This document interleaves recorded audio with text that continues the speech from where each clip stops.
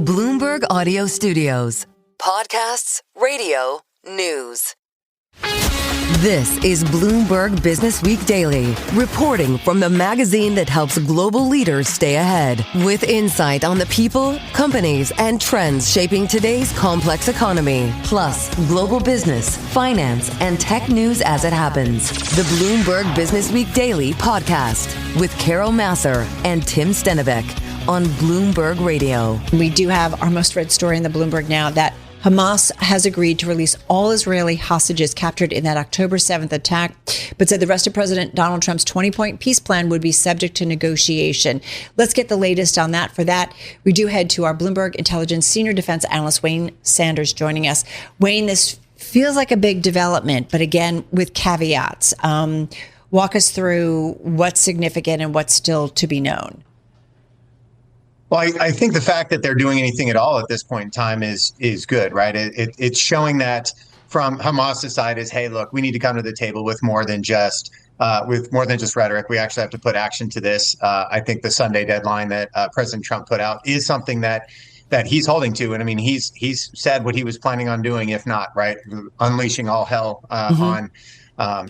Against Hamas. So they are taking it seriously, but at the same time, they do recognize that they're not able to just go ahead and submit to all 20 of those. So I think there's going to be a lot of the geopolitical play over the weekend where they're trying to figure out how to reach. I don't know whether they're going to go to all 20, and then it's really going to be back into President Trump's hands. Other parts of the president's 20-point plan require a unified national stance and must be addressed based on relevant international laws and resolutions. Where does it seem like to you? I don't want to call them sticking points because the 20-point plan is very detailed, but based on the statement that we got from Hamas, what does it seem like they are not agreeing to at this point, and why?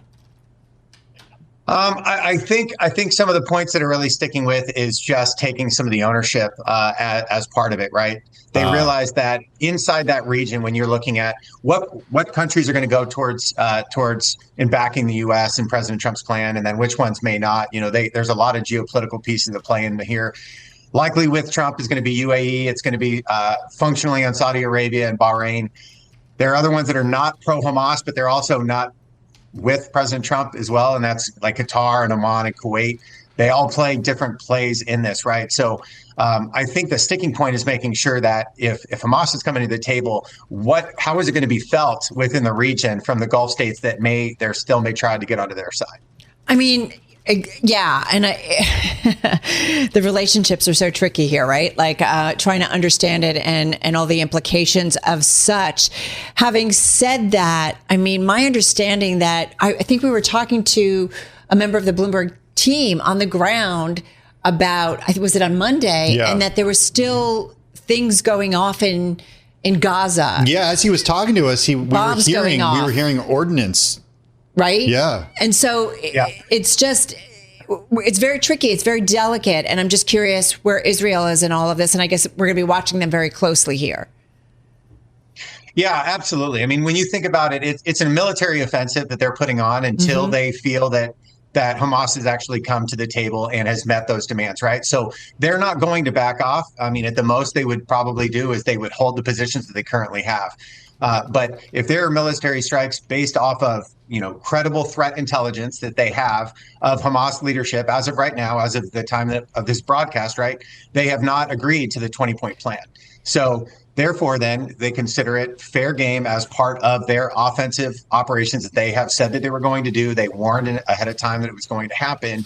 And so if they're still going to conduct that through that, we saw that even in Israel, Iran, when that was going off before Operation Midnight Hammer, is even when President Trump was saying, hey, here are the timelines and here's kind of the date we're going to put this line in the sand, you still saw Israel and Iran still continuing to fire at each other right up until that last minute. So I think this is part of that. All right, I'm going to be silly here, but we are living in silly and interesting and difficult times, to say that. And Bloomberg has a whole story on this. So I feel it's very credible, Wayne. But we have a story out. President Trump wants the Nobel Prize and is applying pressure to win it. And the timing of all of this, because I think the Peace Prize is going to be, announced next week or very soon? And so I just wonder, timing in all of this, is it silly to even bring it up? I wouldn't say it's silly to bring it up. I mean, that might be in the back of the mind. I mean, you heard during his conference with Secretary Hegseth and all of the generals that took place on Tuesday, he brought that up. He goes, "They're not going to give it to me." He almost made a flippant comment about, like, "Oh, they're not going to give it to me. They're going to give it to somebody else."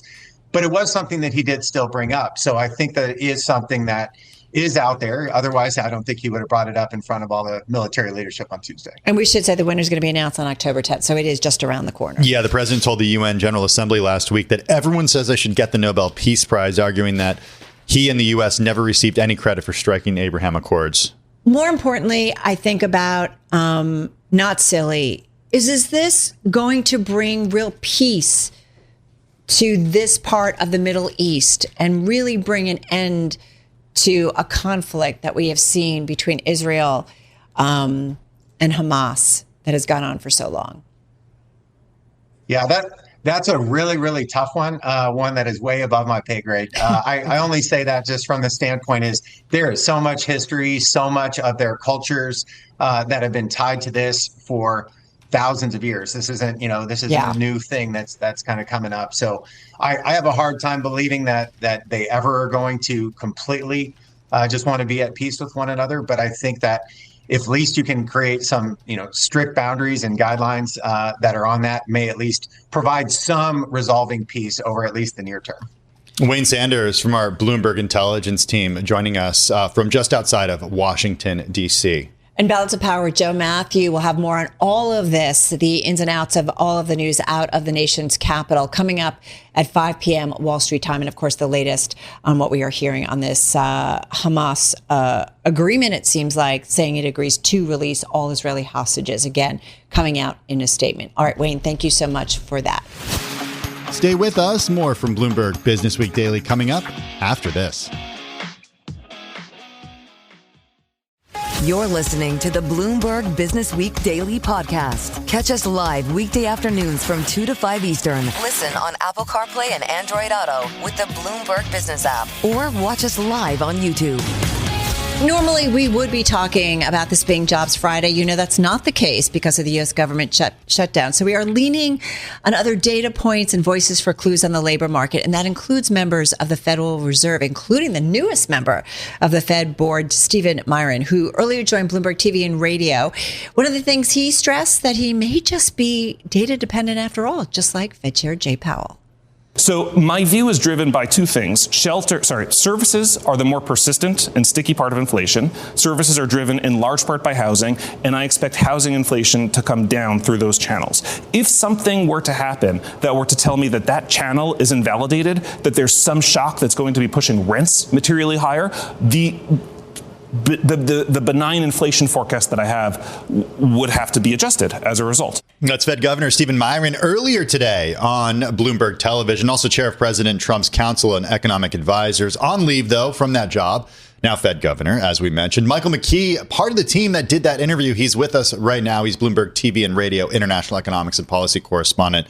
He joins us here in the Bloomberg Businessweek studio. So we're going to talk about him being data dependent in just a second, but I want to stick on this idea of shelter as it relates to the inflationary view. What is his thesis? What is his theory that part of inflation will start to ease?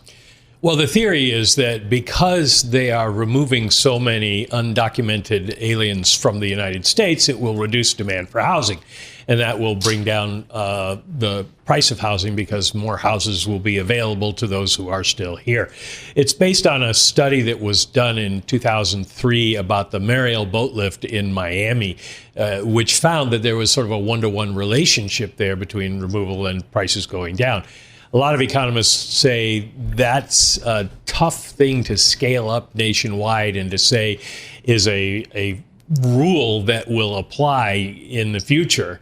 But that's his story, and that's what his belief is in terms of bringing down service price inflation and therefore overall inflation. Well, shelter is such a tricky thing for the Fed to actually affect. And Fed Chair Jay Powell has talked about this for years, Mike. He said, given the tools that we have, we can only do so much when it comes to shelter prices. And in fact, he's talked about that being more of a policy issue in the past than it is about being part of the Fed's dual mandate. Well, most analysts of the housing industry say that the problem for housing is that there's not enough supply, and a lot of that has to do with zoning regulations in cities. You can always build out in the suburbs. Now you have to go to the exurbs, and you start to get so far away from people's jobs that they don't want to move out there. They'd like housing in the more central areas, which means you need more density, and that's a big fight always. So that is a policy problem. The other problem is that the Fed controls short rates. And so if you are worried about mortgage rates, they're going to be much more closely tied to long treasuries like the 10-year. And that's going to be priced by the markets in what they think of inflation is going to be. So it's another reason why people are dubious about Myron's view on bringing down inflation through housing. 3 or 4 houses for sale on my block. So really? There's definitely some supply that I am seeing. And I remember actually a voice this week on surveillance with Tom really and Paul to hear. that they talked in the morning about, no, there is plenty of supply out there. So I'm a little confused. I want to move on to another Fed voice. Fed Reserve Vice Chair Philip Jefferson making some comments and cautioning on risks to inflation and job goals. There are Fed voices that matter more than most. And we know Jay Powell is certainly one of them. What about Mr. Jefferson? Well, he matters in the sense that as vice chair, he's not going to dissent unless he has some horrible disagreement with Jay Powell. And so if that's where he is, that's where Powell is. And you get the same thing when you're talking about what John Williams thinks is the vice chair of the Open Market Committee. So it tells us that basically the Fed is on board with another rate cut because that's what Powell suggested at the last meeting. The question is it October or December? Most people in the markets think it'll be October. And without data, the general feeling seems to be, well, that doesn't give them a reason to change their mind. Now, it could give them a reason to wait and see what happens. But I think what we have to do is wait until we get closer to the end of the month. The meeting's on the 29th of October, and then start judging what Fed people are saying. Speaking of changing one's mind, and I do want to go back to Steve Myron for a moment. From the conversation that you had this morning with the team on Bloomberg TV and radio, is it fair to say he is kind of data dependent? Did he kind of come across that way? Well, he's data dependent to the extent that the data back up what he thinks is going to happen. He's saying that he is looking forward, which is basically being based more on forecasts than on past data.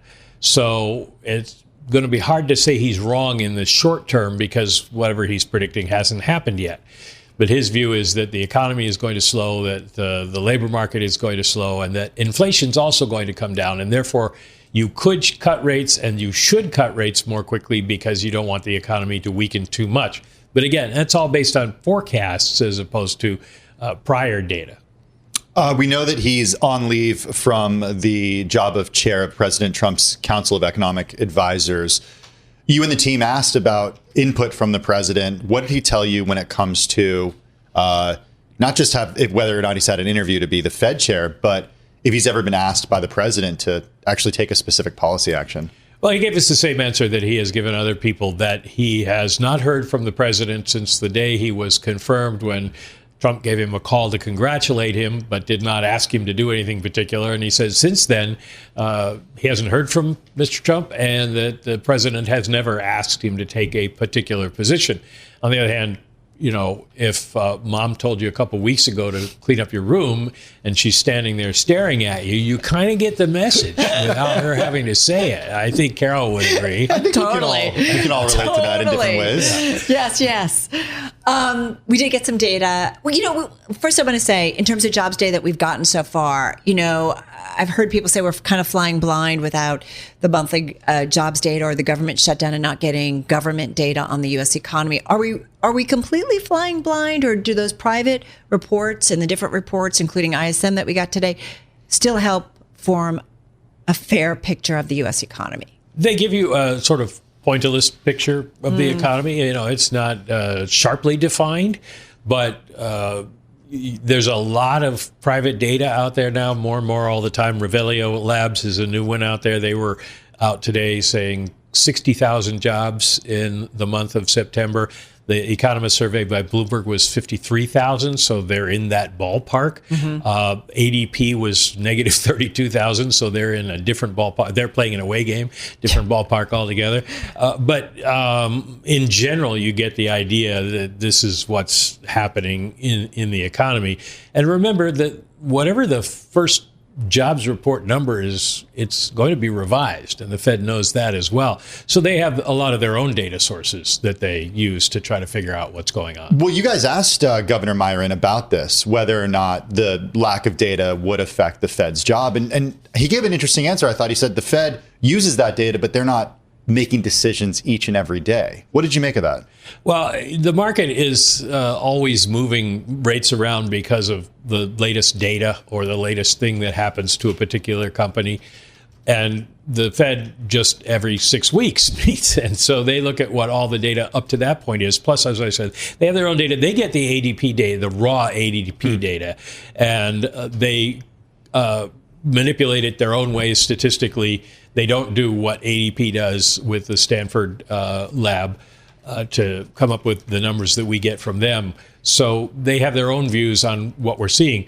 And as I've noted before, right now, given all the problems we've had with data coming out of the pandemic, right, the Fed officials are leaning much more on their conversations with CEOs and businesses about what's happening to get an idea. Hey, 20 seconds. One other important indicator. I can't believe we didn't get to it. The Swift measure, as in Taylor Swift, new album. What do we need to know real quickly? I found it had a good beat and I could dance to it, which is a joke I used before, and Carol got it. She's been around like me for a while.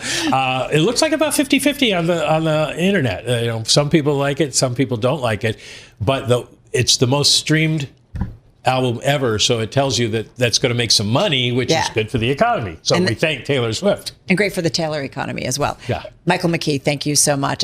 You're listening to the Bloomberg Businessweek Daily Podcast. Catch us live weekday afternoons from 2 to 5 Eastern. Listen on Apple CarPlay and Android Auto with the Bloomberg Business app. Or watch us live on YouTube. We want to stay on the jobs report, the U.S. economy. We want to see what she and her team at LinkedIn are seeing. Let's bring in Karen Kimbrough. She's chief economist at LinkedIn out there in Sunnyvale, California. Karen, you guys have such a great vantage point. You get lots of data on LinkedIn. Tell us what you are seeing on the platform when it comes to the U.S. labor market. Yeah, so great to be here. Thanks for having me. One of the things we're seeing right now is an incredibly sluggish labor market. Hiring is slow. In fact, by our own data, we're seeing hiring that's down last month 3.5% on the month and nearly 9% on the year. So we continue to see hiring being very anemic. I don't think we're looking at an economic recession, but we're definitely looking at a hiring recession, if you will. Hiring is weak. One of the things that we're also seeing here, not just in hiring, but also just employer demand for taking on workers is just very, very slow. And a lot of that has to do with the fact that workers aren't leaving their jobs. We see that quits by our own measures. People aren't leaving their jobs by as much as they were in the past, but they're applying to more jobs and having less success. So it's a much more competitive and tough labor market out there than it was before. Can we go so far to say employers are still hoarding workers as well? Karen, can you guys get a feel on that as well? That's something that we've certainly seen out of the pandemic when folks were just, dying to get workers in, and it was a very tight labor force. So they have been a little bit gun shy, if you will, in this environment to kind of let folks go. Do you see signs of that? I think so. We've been calling it job hugging. So on the one hand, we're not seeing professionals that really want to leave. They're not quitting. They're not rushing for the doors. And on the other side, the employers aren't yet sort of leveraging any kind of layoffs or reductions in force in the private sector, not to any great degree. When you look at the data that's out on JOLTS, or you look at the data that is, in our own labor market data set here at LinkedIn, we don't see elevated layoffs. So I do think employers are kind of holding on to the talent they have. They are definitely looking to refresh it where they can, but they're being very cautious about it. LinkedIn data only goes back so far. So maybe there isn't a time when we can compare this to, Karen, in recent years. But I'm wondering if what this looks like as far as other parts of the economy or other parts of economic history? Like, is there a historical parallel you could draw as to where we are in the cycle right now?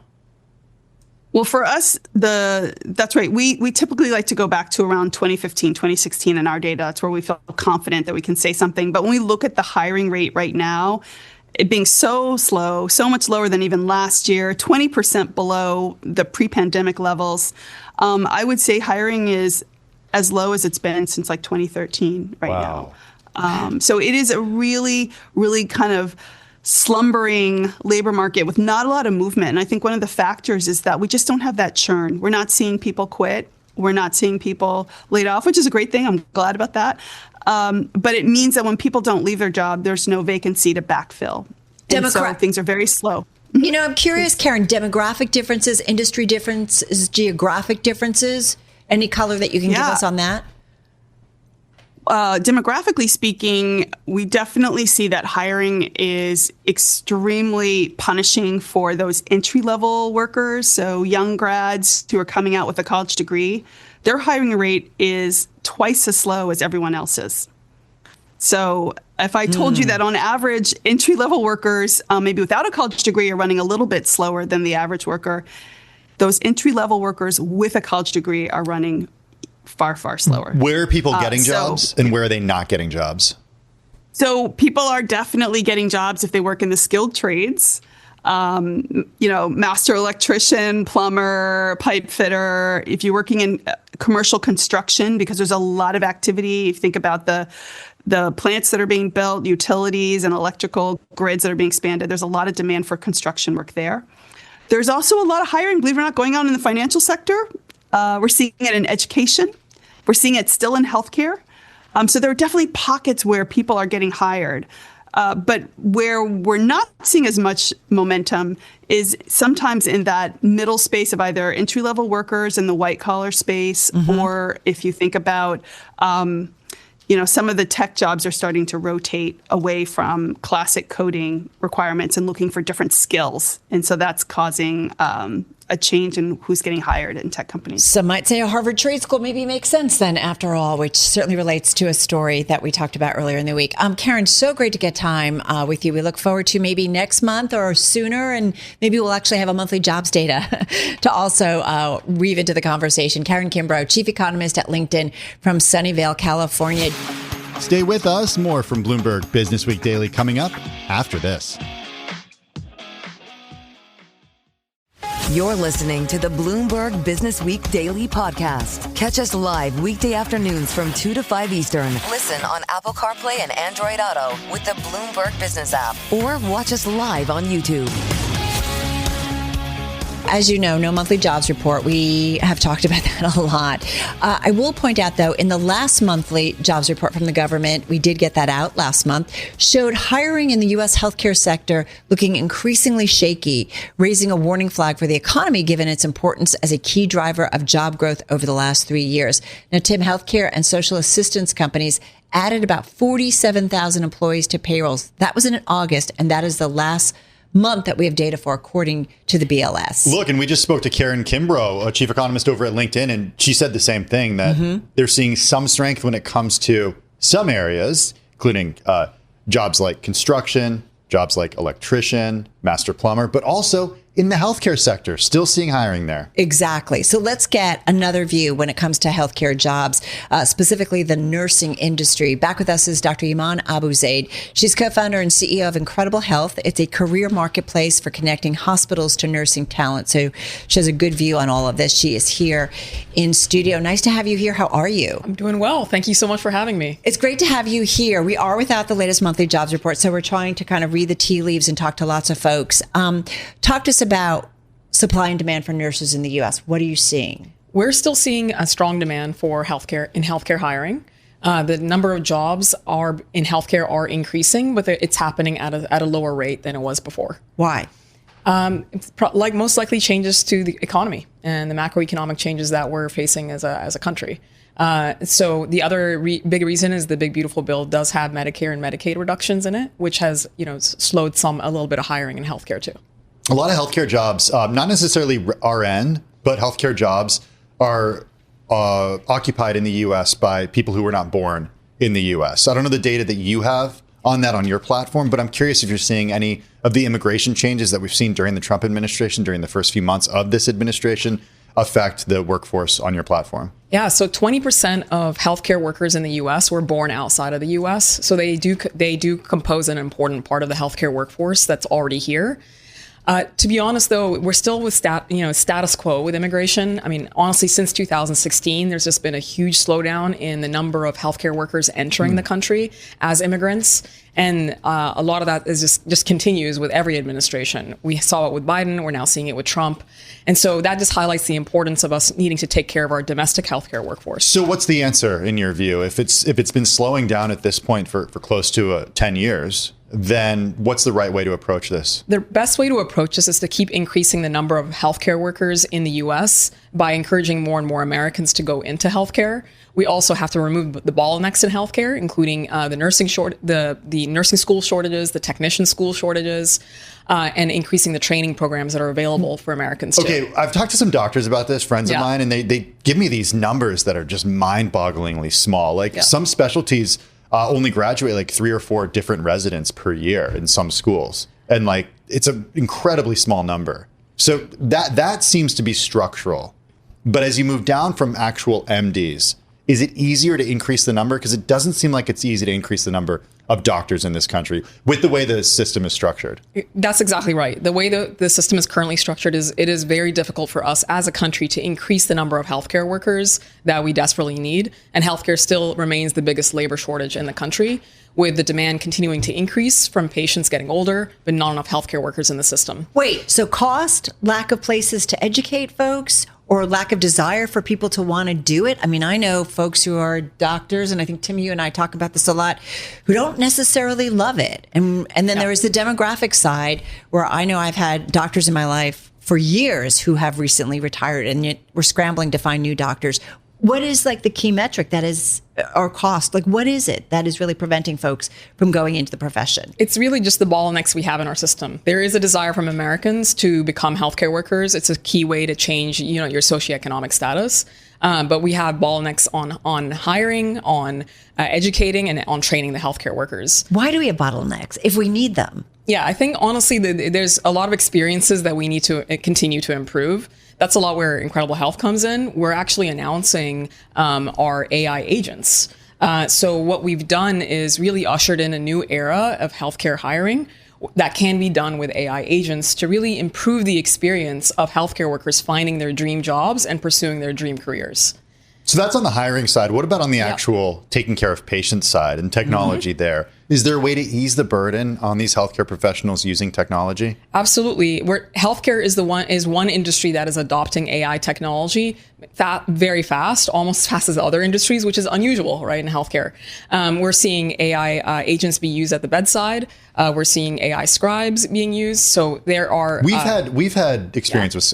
have you had a doctor with a scribe? I've had a doctor with an AI scribe. I'm not sure if I have. But apart from that, I mean, and that's really helpful to doctors when they're doing their notes. They probably don't have to spend as much time doing notes, and maybe they can spend more time with the patients. That's right. But beyond that, is the technology to a place where you can trust it to make decisions that are going to lead to better outcomes for patients? Yeah, I believe that human connection still matters in healthcare. Both the human connection, the empathy piece. I don't think the jobs are necessarily going to be replaced with AI, but AI is being used to augment and support these healthcare workers who are generally an overworked and burnt out workforce. Do you see eventually a day, I'm going to just go there, as we continue to see like humanoids and robotics, but a combination of robots with some AI and somehow having a role when it comes to American healthcare? Absolutely. I mean, we launched 2 AI agents, one named Gail and one named Lind. Gail is a career partner for healthcare workers, a lifelong career partner that helps them generate resumes, that helps them with interview preparation, helps them do mock interviews. And over 90% of nurses give it a thumbs up in terms of having a great experience, as well as referring it to their friends. And then also Lynn is another AI agent we have, which is a co-pilot for the hiring teams. And so Lynn is now interviewing healthcare workers and is selling them on the organization, discussing multiple jobs with them, and really sharing what's amazing about specific employers. But what I really mean, just got about 30 seconds, the idea of an actual robot with AI and learning and in a hospital helping out. I mean, absolutely. I mean, I think the future, that's where we're all headed, not just in healthcare, probably in other industries too.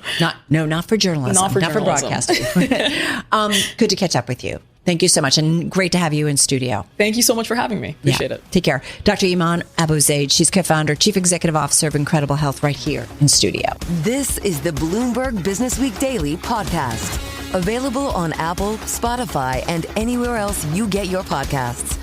Listen live weekday afternoons from 2 to 5 p.m. Eastern on Bloomberg.com, the iHeartRadio app, TuneIn, and the Bloomberg Business app. You can also watch us live every weekday on YouTube and always on the Bloomberg Terminal.